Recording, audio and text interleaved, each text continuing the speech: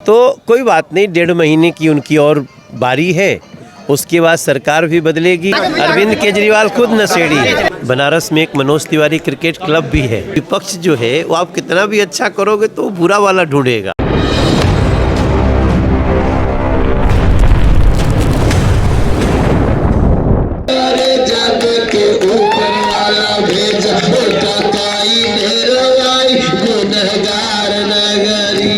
अरे बाप रे, यहाँ भी वही है।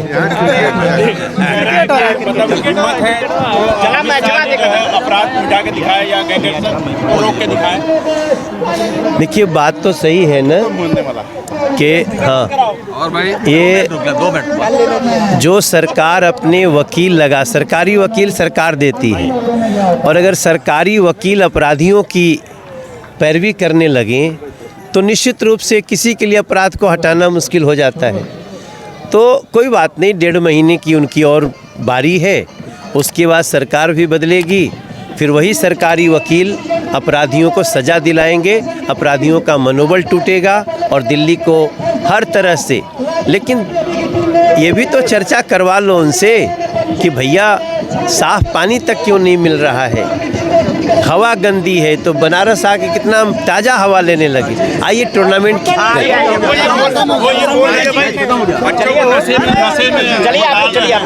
हाँ, वो खुद नशेड़ी है।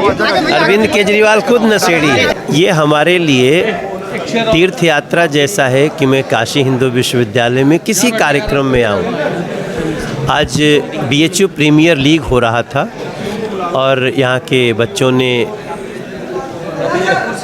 हमें इनवाइट किया। हमारे एक बनारस में एक मनोज तिवारी क्रिकेट क्लब भी है जो PP आनंद चलाते हैं, उसमें बहुत सारे बच्चों को ट्रेनिंग दी जाती है। तो उनका भी आग्रह था और उन्होंने हमने बात कराई और इसी बहाने मुझे एक बार BHU में आने का मौका मिल गया। BHU में स्पोर्ट्स के मामले में अभी बहुत सारी प्रगति हो रही है।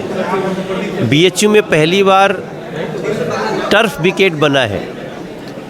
काशी के बहुत सारे क्रिकेटर जो देश में नहीं निकल पाए, जो क्षमता होते हुए नहीं निकल पाए, उसका कारण था कि हमारे यहाँ टर्फ विकेट की कमी थी।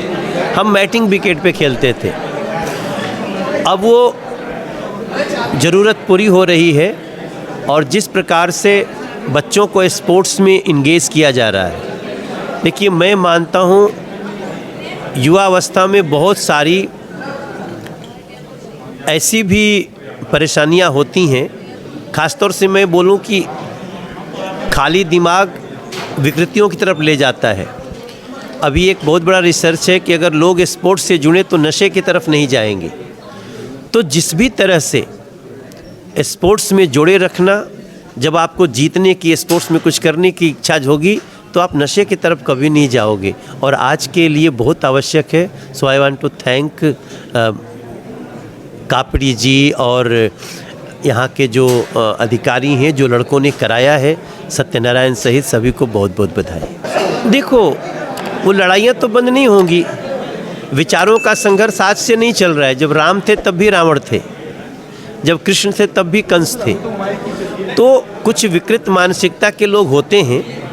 मैं उन लोगों का पक्षधर हूँ जो सही समय पे सही बातें रेज करते हैं। बहुत सारी चीज़ है। हम 11 साल हो गया, 11वां साल हमारा सांसद का है। नरेंद्र मोदी जी देश के प्रधानमंत्री हैं। हमने कभी ये थोड़ी कहा कि हमने देश की सारी समस्याएं समाप्त कर दिया। हाँ, बहुत सारा ऐसा काम किया जो कोई सोच भी नहीं सकता था कि गरीब को 5 लाख का फ्री इलाज मिलेगा। किसी भी कम्युनिटी का कोई 70 साल का बुजुर्ग हो, उसको 5 लाख रुपए की सालाना इलाज की जिम्मेदारी केंद्र सरकार लेगी। लोग ऐसी ऐसी हाईवे बनेगी, ऐसी ऐसी सड़कें बनेगी। बनारस में भी अंतर्राष्ट्रीय स्पोर्ट्स स्टेडियम बनेगा। तो सकारात्मक चीज़ों को कुछ लोग छुपाना चाहते हैं। राजनीतिक रूप से ऐसा होता है क्योंकि आपका विपक्ष जो है वो आप कितना भी अच्छा करोगे तो बुरा वाला ढूंढेगा, क्योंकि वो आपका अच्छाई की बात नहीं करेगा। बहुत बड़े दिल के लोग होते हैं, अटल जी जैसे लोग, जो कभी बांग्लादेश के मैटर में इंदिरा जी को भी दुर्गा कह दिया था। तो समय के साथ इसको मैं नकारात्मक नहीं मानता हूँ। नकारात्मक क्या है, जैसे आप संभल की घटनाएं चल रही हैं, जब कोर्ट के ऊपर हमला कोई कर दे, उसको भी कोई राजनीतिक पार्टी आकर के सपोर्ट करे, ये ठीक नहीं है। जहाँ भी विवाद होगा उसका होना चाहिए निदान, और निदान के लिए है संविधान।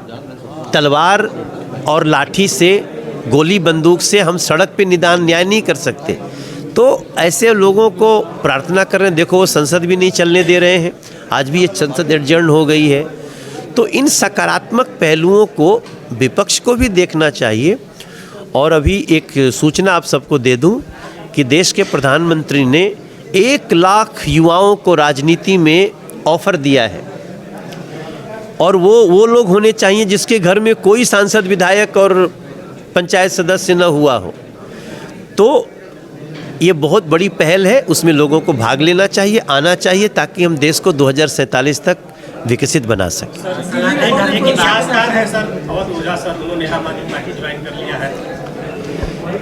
देखिए, आज की डेट में जो आम आदमी पार्टी ज्वाइन करेगा वो दिल्ली का सबसे बड़ा दुश्मन होगा और देश का भी सबसे बड़ा दुश्मन होगा। आप सोचिए, दिल्ली पोल्यूशन के मामले में, जमुना की गंदगी के मामले में, बुजुर्गों का पेंशन नहीं मिलता है दिल्ली में, 11 साल से एक गरीब का राशन कार्ड नहीं बना, गलियां टूटी हैं, सब कुछ। और मुख्यमंत्री को सुप्रीम कोर्ट ने सस्पेंड कर दिया भ्रष्टाचार के लिए। उसके बाद भी कोई उसको अगर ज्वाइन करना चाहता है तो उसका इतिहासकार नहीं हो सकता।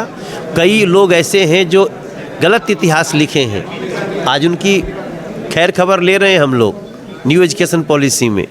तो ऐसे लोगों को धीरे धीरे देश पहचान रहा है, और यही कारण है कि देखो 2024 के चुनाव के बाद भी हम हरियाणा जैसा राज्य फिर से तीसरी बार जीते, महाराष्ट्र फिर से जीते हैं। 5 तारीख को आपको मुख्यमंत्री देंगे वहाँ से, इसको अच्छा सा। तो दिल्ली भी पक्का, इस बार दिल्ली में हम लोग, दिल्ली में भी सकारात्मक, दिल्ली का लाभ देने वाली सरकार है।